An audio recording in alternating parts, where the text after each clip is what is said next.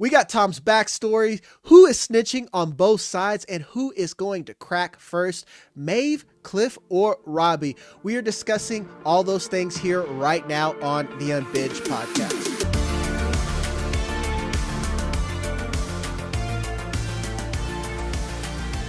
Welcome to the Unbinged Pod, the podcast where we break down all the shows that you love and are binging. It's me, Jagger May. With me, as always, is Matt Kaufhammer and Sam Holt.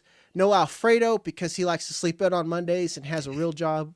But we are talking Task today, and we're going to hop right back into it. This is your official spoiler warning. We're about to talk about episode 2 of Task. So if you haven't watched it yet, go watch it and come back, because we're going to talk about everybody that died or didn't die or get kidnapped again. I don't know, but we're going to cover it. We know what happened here. We had the robbery. They stole the kid.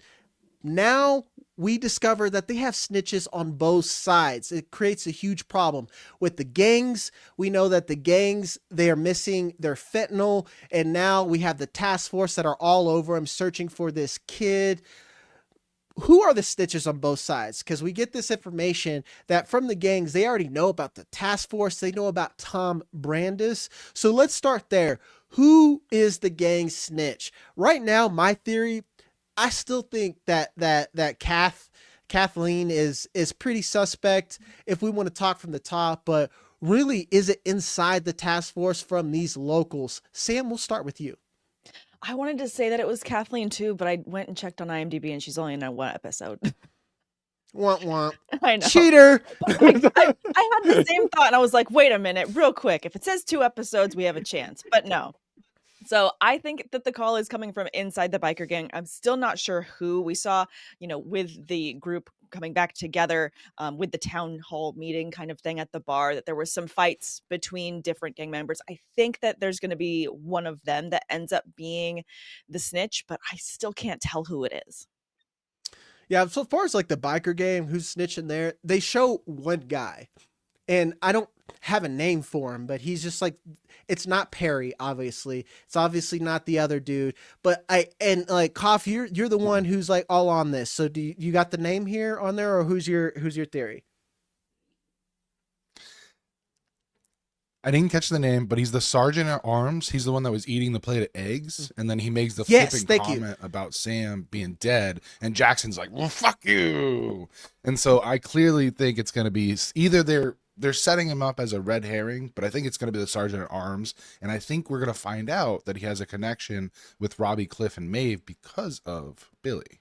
But from the other side, I think the informant from the cops or task force, I think is going to turn out to be Lizzie, because she seems to be competent at her job, but she's also very distracted by her personal life. And if she is from the local area, I think it may be possible that she has some sort of either ex or some sort of connection to the Dark Arts, and that's where we're going to find out her ex that she's fighting with is a member of the gang, and she has been either inadvertently or advertently feeding them information to keep them ahead.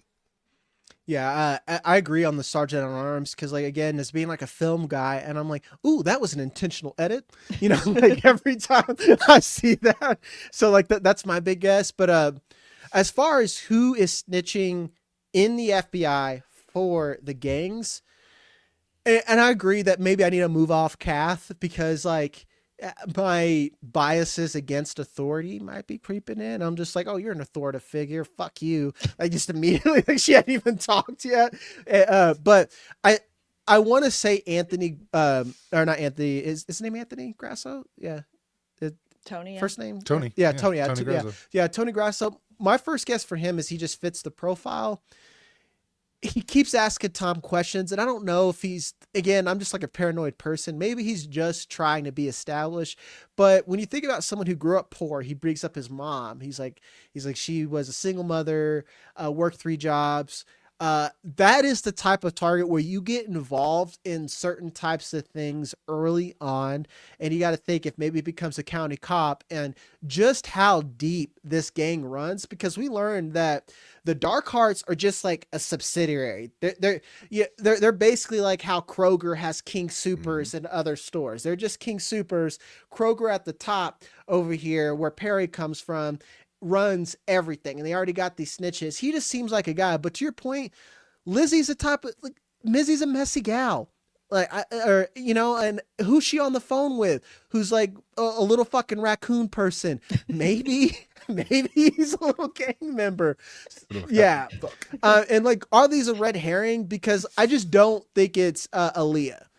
I don't mean to be shitty, but bike gangs are racist and she's black. So can we rule that out? I feel like it could be her, right? Like the least likely suspect. You guys just broke down the other two, and I'm like, I want to vote for Aaliyah just because I'd like to see someone. What's amazing about this show and the showrunners here, and like from Mayor of Easttown and bringing this to task and all of those nuances, it's the people that you least expect. And it's also the ones that you become most attached to that kind of get taken away from you in some way. And I feel like Aaliyah's just very like to the book, dialed in, and she's the most like focused on the task right now compared to the other two. So I feel like it totally could be her, and you can't just leave her out of the vote in terms of like who could be a snitch. Yeah. And I definitely think that and I love that you put like the sacrificial lambs, because man, Evan Peters and Mayor of Easttown, that was a what the fuck moment, because it was just out of nowhere and he just gets blasted in the head. Yeah. So it's just like, is Grasso and Lizzie, are they setting these up as our little, like you're gonna really love this character and then I'm gonna kill him, I think it's gonna be something like that. Yeah, that's unfortunate here. I guess we'll move on, because yeah, we don't know who the snitches are, but we definitely have these established connections, because again, I think it's Delaware County, that small town vibe that we get from Mayor of Easttown is the same thing here. Maeve obviously knows something here, and Koff, I'll kick it to you to start off. Explain, because it's basically a blink if you missed it. What is her connection to this biker gang? Yeah, absolutely. So you kind of have to rewind to a point where I believe it was part of the task force was talking about how this gang operates, how the Dark Hearts operate. And they're not just these hopped up bikers who are selling to support their own habit. They are actually organized. They have a national structure. It's very much like Sons of Anarchy, right? Where they're tight knit and they run shit. And one of the things the specialists mention is how they have this unique way of dealing with internal turmoil and rule breakers. And he tells the story about how they had an informant who told them that one of their members broke the rules. And so Jackson went over and beat him to death over a period of hours. And then we find out that that guy's name was Billy, who just happens to be in the name of Maeve's father, who is dead, and Robbie's brother, who so I believe the connection is that Billy was in the gang, and now we're seeing the fallout from his murder by Jackson, and this is how Robbie's getting back at the gang, and he's trying to keep Maeve in the dark while also putting her right in the shit. So that line when she says, "What have you done to us?" at the end of the episode is her reminding him, like, "Hey, dumbass, we're connected to all these people. It's only a matter of time before they figure it out. It's you." So I think that's really the one of at least several like jaw-dropping moments in this show was like, holy shit, that's how this is all connected. They're not just neighbors, like they are blood related to somebody that was involved in this. Yeah. Now, do you think because we have such an intimate connection between these characters, do you think that Robbie may have intentionally targeted this gang? Like, for him, especially knowing that they killed his brother, he's like, I really don't give a fuck robbing these people. This is just restitution for me.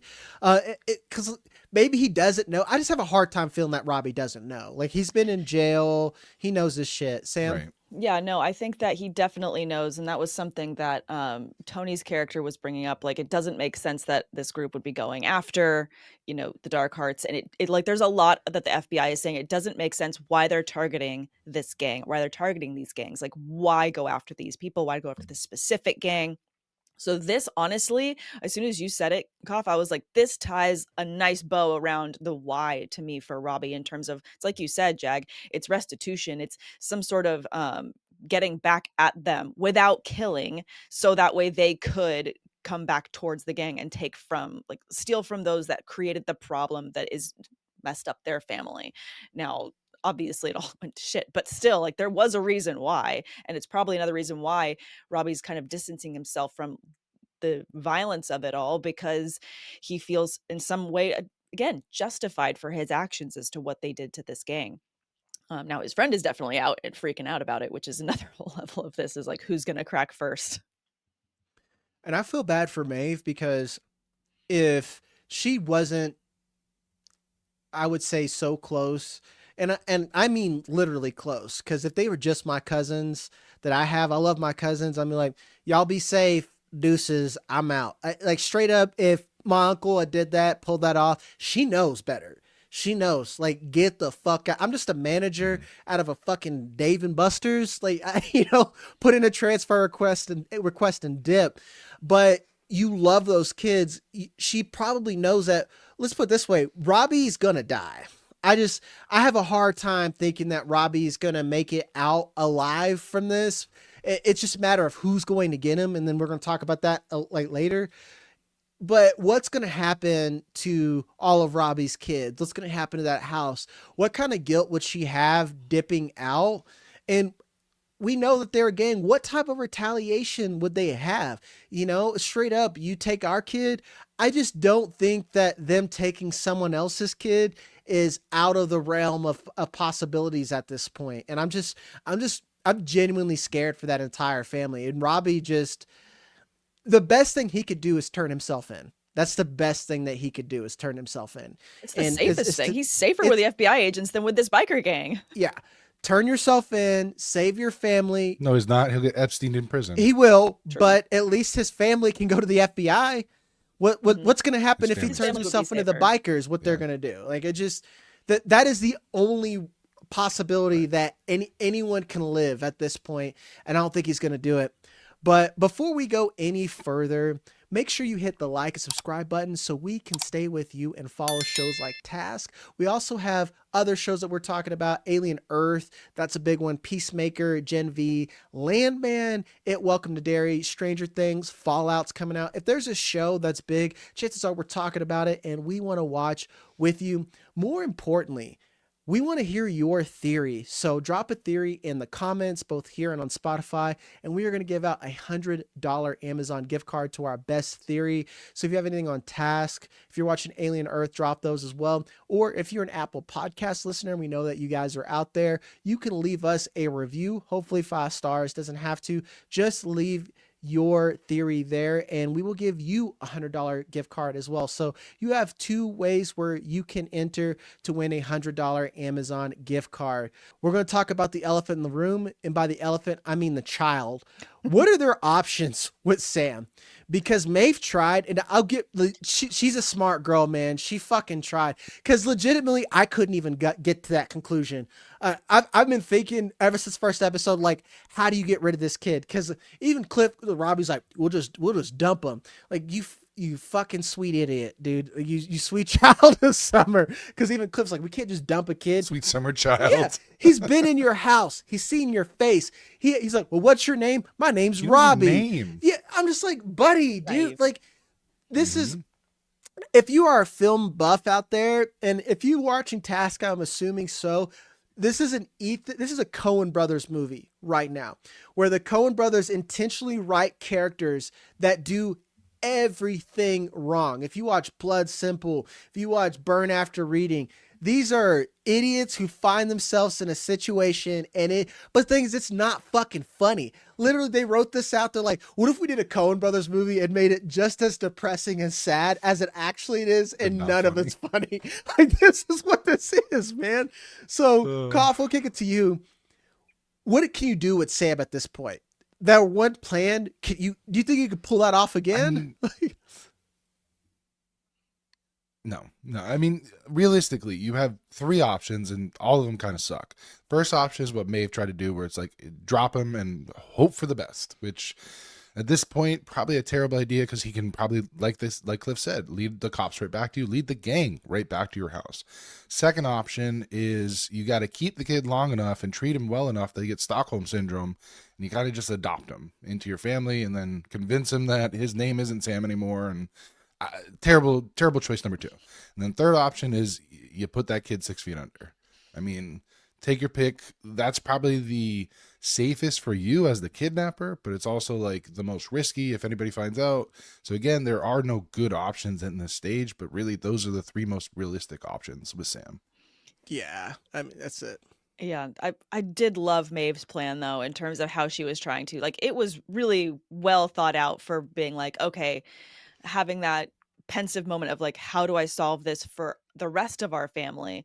And then trying to also give Sam some respect in terms of like how she's treating him without scaring him, without being too, forward about what the situation is, or being like, we took you on accident and you're in a kidnapped situation. Like, again, she was, I think, being really thoughtful of the family as well in terms of how she was trying to get rid of him. I don't know if you could even attempt to do that again, to your same point, Koff. I don't know that option's even on the table. And again, I don't think the Stockholm syndrome situation works because we're dealing with this in the modern era. And like they kept saying throughout the show, this kid's face is on everything. So there's just no way to, they'd have to move. I mean, maybe they could drop him in Canada. They were saying that they're getting fentanyl from across the border. Leave him a little bit further away, give yourself some time to get away. That could work. But I feel like there's still, there was, there's flaws that it feels like in every plan they come up with. And even once that they, it doesn't feel like Robbie's even trying to come up with a plan at this point. He's just like, a couple days. It's just a naive level of thinking of how long Sam's going to be with her and how long he has left with his family. It's probably what he's thinking, because he's not wanting to, own up to the exact gravity of the situation. Yeah, that's and I love that you thought about how she thought about Sam. Not just like, how do I get Sam off my plate, but how do I make Sam feel safe? And she still couldn't do it. Like, you can't blame Sam, No. because you're just like, you weren't with me, so I just came back to the car. Like, I legitimately teared up. Like, I was a foster care kid. This kid's life is fucking terrible. He has two drug addict parents. Then they send him to his grandma, who has dementia at that point, and this is just how foster care works. Is like their rules are to get you back to the parents as much as possible, and statistically, keeping the nuclear family is what's best for the kid in a vacuum. But if all they have is just they pass drug tests, they don't know what activity they're doing if they're not getting caught, and then you got to go back to the kid. If anything, from Robbie and Maeve and Cliff's standpoint, it's best case scenario, because they really could kind of move this kid somewhere, and he's such a fall through the cracks type kid that he could almost explain something away. But it's so heartbreaking, man. And I told you guys pre-show, like, these shows I like, and they're hard for me because I grew up in environments like this. I've been like a Sam type kid, and a lot of these people, I am incredibly lucky to make it out of my situation, but there are just millions of people like Sam. There are millions of Maeves out there, and it's just what I call a crab in a bucket, where I don't know if anyone knows this analogy, but crabs will only stay in a bucket, because even if the top's open, because even when they try to crawl out, all of them are trying to crawl out. So they crawl on top of each other and pull them down, so none of them get out of the bucket. And this is what this entire setting is. Just a lot of crabs in the buckets. A lot of people want to get out, but all their methods of doing so just kind of pull themselves all down. And it's just really depressing. I didn't put this on the show sheet, but I'm gonna talk about it because it's relevant, and I really thought about it. Just how fucked Robbie is even more, because I didn't know that bag was just drugs, man. I thought it was money. There, when I found that out, I'm like, he's so fucked. He's so fucked. I know. Spoilers, I know a lot about this game. I'm just like, I literally thought, I was like, they need to check the fentanyl content on there, because depending on how much or how little fentanyl, I'm like, if it's 100% pure cocaine, you can't sell it, because you know how hard it is to get pure cocaine at this point. As soon as that product is sold, people are going to talk, and then the gang's going to find him. I'm like, well, if it's pure fentanyl, I'm like, well, you're fucked too, because then you're getting straight China, is what they talked about. So I'm just like, oh my God. I like it's, and they even They mention do, it. yeah. in the episode, they even mentioned there's only one person that can actually move this kind of weight, and it's the Puerto Rican gang. Dude. So as soon as, and they have connection with him. So as soon as you make that contact, he's going to turn around to the biker gang and be like, hey, this dum-dum's trying to sell me pure Fenty. I think it's yours. Here's his address. So yeah, there's no way they can move this product without getting fucked 16 ways from Sunday. And fun fact about fentanyl, if you guys didn't know this, it's incredibly dangerous. You can't even, like, you can't piece out fentanyl. You breathe it. You can't piece out fentanyl. Like cocaine, you could sell that shit 1 ounce at a time, you know, and it's fine. It's just like Robbie, my boy. Like, I just don't know what you're gonna do. She's like, well, we just gotta sell the product first. Like, buddy, how? The only way you're gonna sell that is in a different fucking state. At best. Like that's at best at that point on there. It's just, it's nuts, man. Don't buy and sell drugs, guys. It's super fucking dangerous. The smartest thing Cliff and Robbie could do at this point is just drop that bag of drugs in the middle of fucking nowhere and leave it alone. Like just drop it so somebody else finds it, because there's no way you're gonna be able to move that product.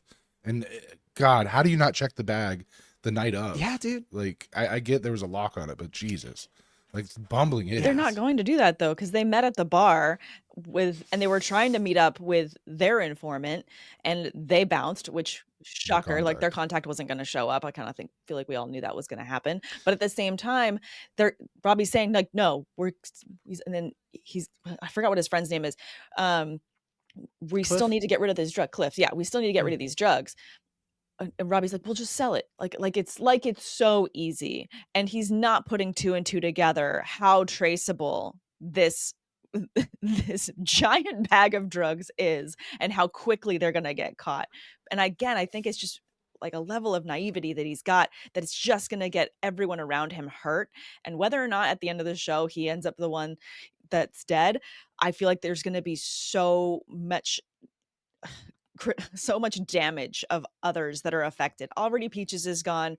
His fiance probably got beat up along with her father, which we also saw towards the end of the show. There's just so many people that are going to get hurt because of Robbie's naivety. And yeah, I feel like it's almost going to be worse if he has to live with all of these consequences and that on his soul the rest of his life, of how many people got hurt because of this mistake. I think Robbie's so dumb that they would kill themselves with the fentanyl. Like, I think that's legitimately a player at this point. Like, trying to cut it. Dude. Like, I'm trying to think that because like I asked a question, and I guess I'll go ahead and skip to this. Is like, what are our odds that Robbie's gonna die at this point? Like the top one, I think it's like we're in negative money here. I say it's -100 that the gang gets him. I'll say it's even odds that the police get him. I'm willing to take the plus money that they're going to try to cut that fentanyl, and then him or Cliff die because they just like aren't smart. They won't wear a mask. They won't like do something. No mask. Like, yeah, just like I genuinely think that I'm worried about the kids at this point. As like, take a little taste, be like, what's this like? Yeah, like do you have that shit around your kids? Like my confidence level of Robbie, where are they storing this? Dude, that car. I didn't think about that. Safe. Dude, it's just like Robbie, you got to go to jail, dog. Like, I'm sorry. Like, it is better for everyone for Robbie if Robbie's in jail. I know that sounds fucked up, but some of us have that family member where it's like he is better off for everyone in jail than he is out. I just had a thought, because I said the drugs are in the trunk of the car. There's one car, right? Robbie has one car. Is that the same car that Maeve drove to drop off Sam and he was in the trunk? Because at that point, when she's going through the checkpoint, did she have not only Sam in the trunk, but the drugs in the trunk too? Different car. I think they. She was driving a Ford. Hopefully they have separate cars. Yeah. No. Yeah. No. Interesting. Yeah. And another thing to throw back to there, a point that you did bring up is the informant not showing up. I think that kind of cements it more that it's probably Grasso or Lizzie down to there, because like they had to stay longer in the house and shit. It was that's kind of a more selling point that it's one of those two. See, I took it the opposite way. I thought their contacts from inside the biker gang, and another reason it points to the sergeant at arms is because they're at that bar, and he texts them saying like, "Hey, can't make it. My boss is keeping me late." So it could be the FBI, but I read it as the biker Could gang. be either. And Both he was of them. stuck in the like vigil thing. Yeah. We could have a Could Mac be either way. from But It's did you Always notice Sunny the initials scenario. are MZ? So look out for a character playing both sides. Yeah, so no matter what, I come out on top. But yeah, look out for a character with the initials MZ. I mean, that's what I'm saying. Dog. Like, we can't rule it out. Like, we don't know anything. Like, this would be pretty smart. You just got one FBI agent. Like it's like, here's what's going on here, but I'm also snitching on this other guy to rob you. It could be still be Aaliyah too, in terms of those that are It's like Matt Damon from from The Departed. It's Matt Damon's character. Yeah. That's a piece of shit. That is a piece of shit. Like, it's what they being a cop or a robber, but like, man, you are a fucker if you're a both. Like, it's just, like, I think I'm too hood for that, because I'm just like, man, that is a piece of shit. Like, I hate a fucking snitch, dog, on either side. I just like, it's just like, don't snitch, guys. Don't do drugs. Don't snitch. Like, these are the lessons that we try to teach you here. We've kind of focused on the gang side, but we got a huge. Don't be cool. Well, you could be cool, just like not that way.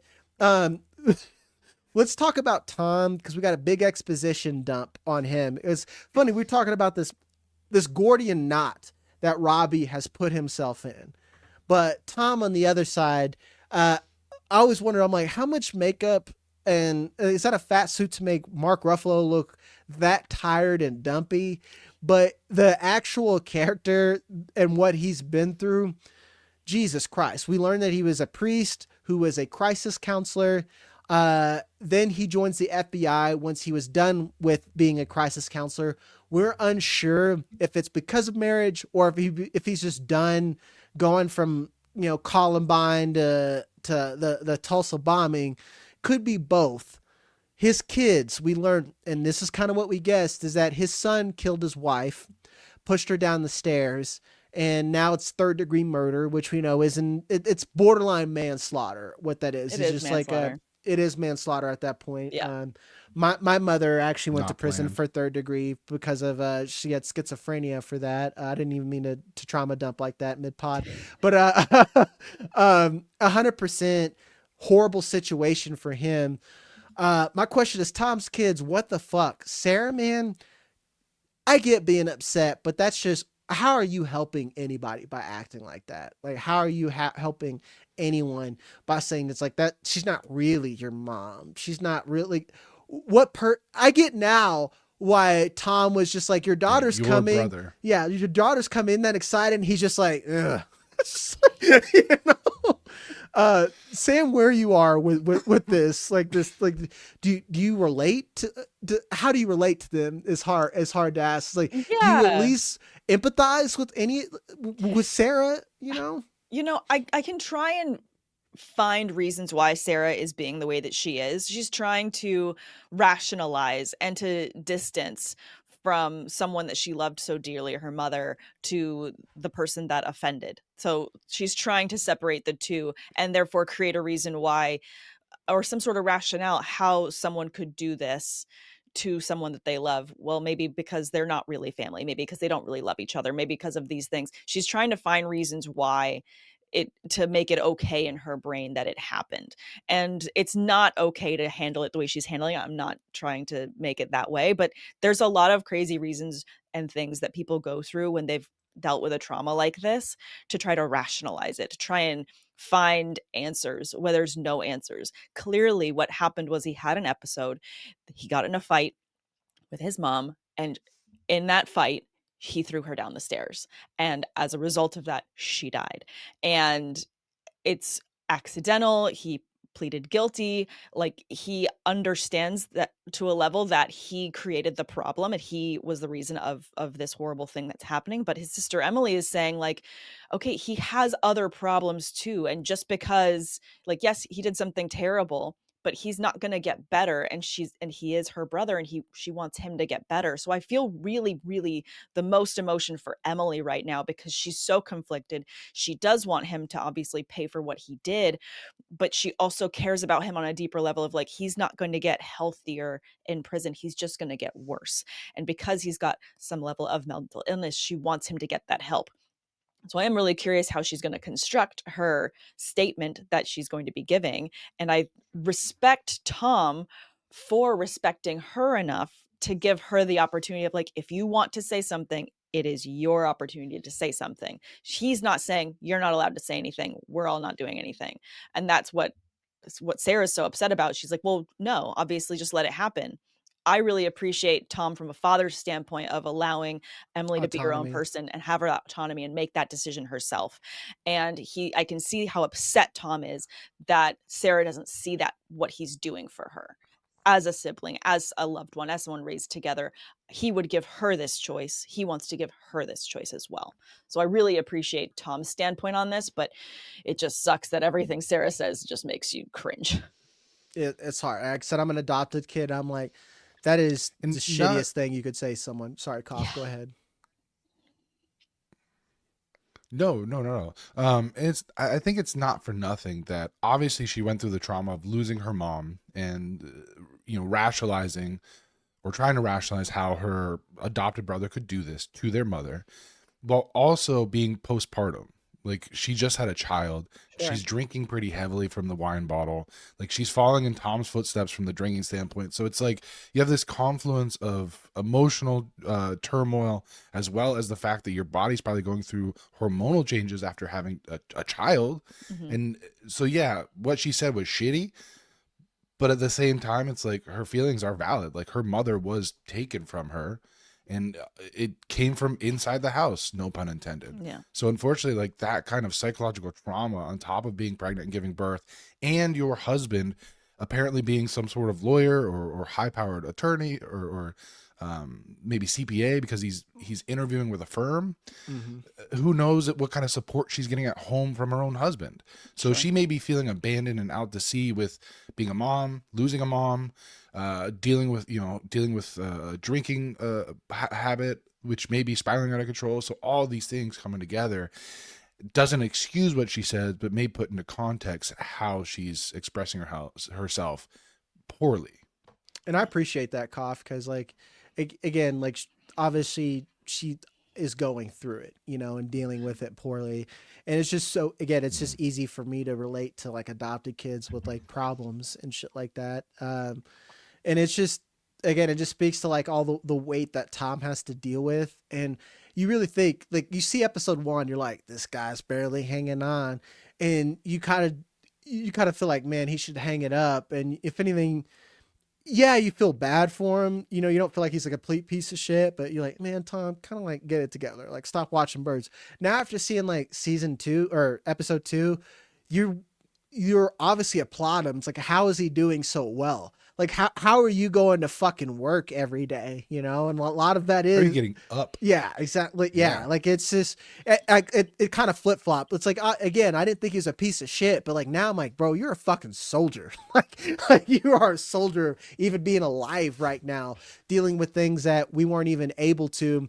And then here's another reason why I first thought that Kathleen might be an informant, because the way the biker gang described him, he's just a pencil pusher. He's a nobody. Like, it felt so intentional that they brought Tom on, because I'm like, he's a crash out. He's going through, there's no way that this is going to get done. I'm not gonna lie. That's kind of why I have a hard time, even just with IMDb, really putting away Kathleen away. Like, I like, till that whistle blows, I'm gonna be looking at her like Dokes from fucking Dexter. I'm just like, I can't prove it, but I think something's wrong. That's where I'm at. Fair. To bring it back to the gang here, I just want to spend a brief moment on this, on Peach Boy, man. That poor, imagine meeting someone online that is your soulmate, and then this fucking happens, man. This, kudos to the dad. Like, I have questions here.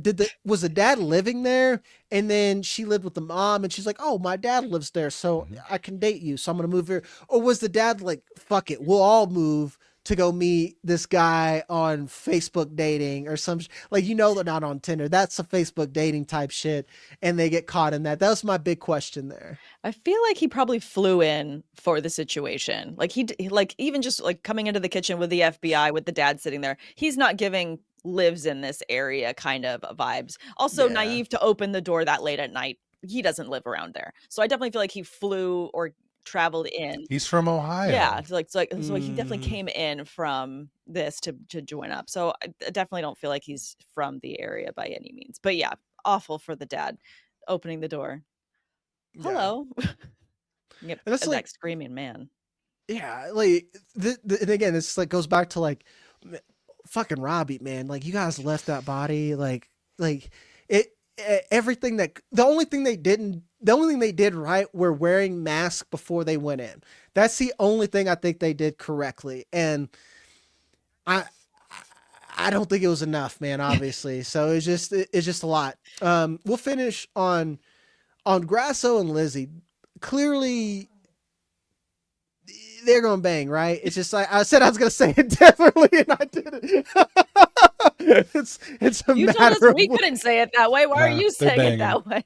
I couldn't think fast enough, Sam. Are they gonna hook up? Oh, okay. Are they going to hook up? They're